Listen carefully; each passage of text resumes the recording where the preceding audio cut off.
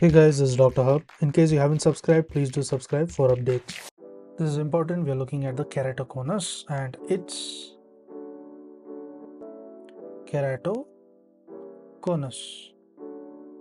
its important clinical features.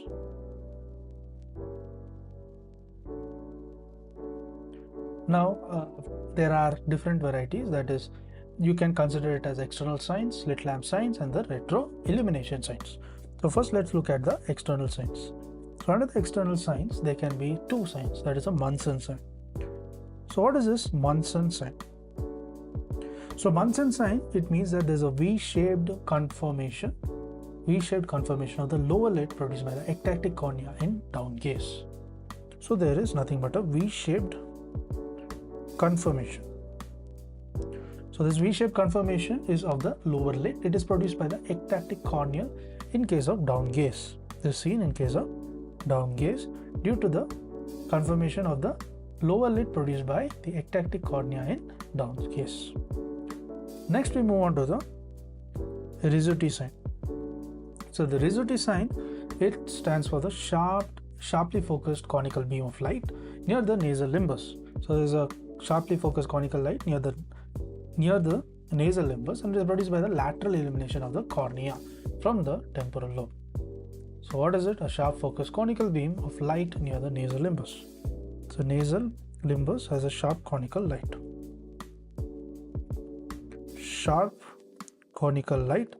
And what is this due to? This is due to the lateral illumination of the cornea from the temporal side. Next, we move on to the slit lamp signs.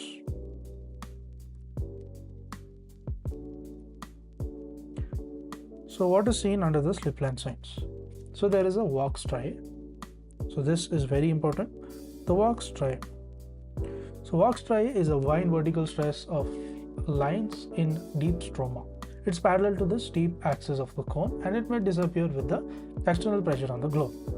So it is nothing but the vertical stress lines in the deep stroma. Where is it located? It is present in the deep stroma, and it is also seen in case of it disappears. Other thing is, it is parallel to the steep axis of the cone, and it disappears with the external pressure.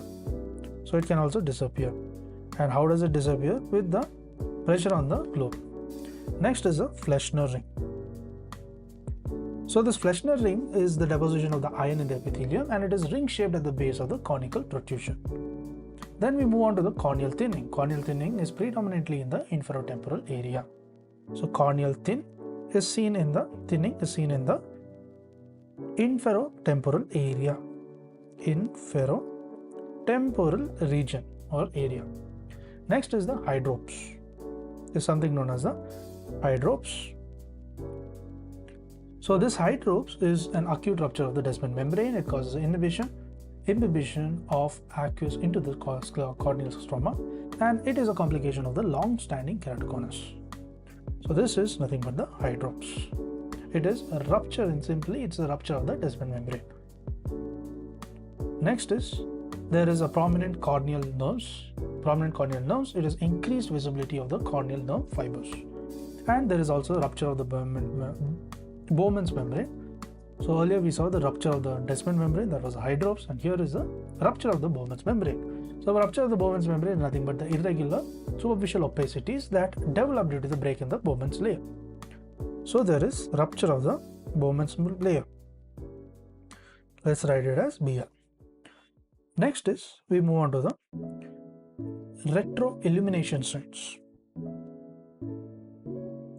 So what is meant by the retro-illumination signs? So in retro-illumination, there are two. One is the scissoring reflex. So what is meant by scissoring reflex? So scissoring reflex is that during the retinoscopy, two bands of the light beams are reflexed from the retina. So during retinoscopy, two bands of light are reflexed from the retina, and it moves like a blades of pair of scissors, and towards and away from each other. And this sign is nothing but for the keratoconus. So just like a shape of a scissor, you have two bands of light beams which are reflexed from the retina. Next, we move on to the oil droplet. So what is meant by this oil droplet? So oil droplet, it is also known as the Charleaux sign. Oil droplet or the Charleaux sign. and this is nothing but a dark reflex in the area of the cone. So there's a dark reflex in the area of the cone on observation of the cornea in dilated pupil, and this is by a distant direct ophthalmoscopy. So what is the instrument used here? It is by a distant direct ophthalmoscopy. So just to recap, the oil droplet or the Sherlock sign, it is a dark reflex in the area of the cone on observation of the cornea in case of a dilated pupil, and this is done by the distant direct ophthalmoscopy. To learn and grow daily like this, please do subscribe.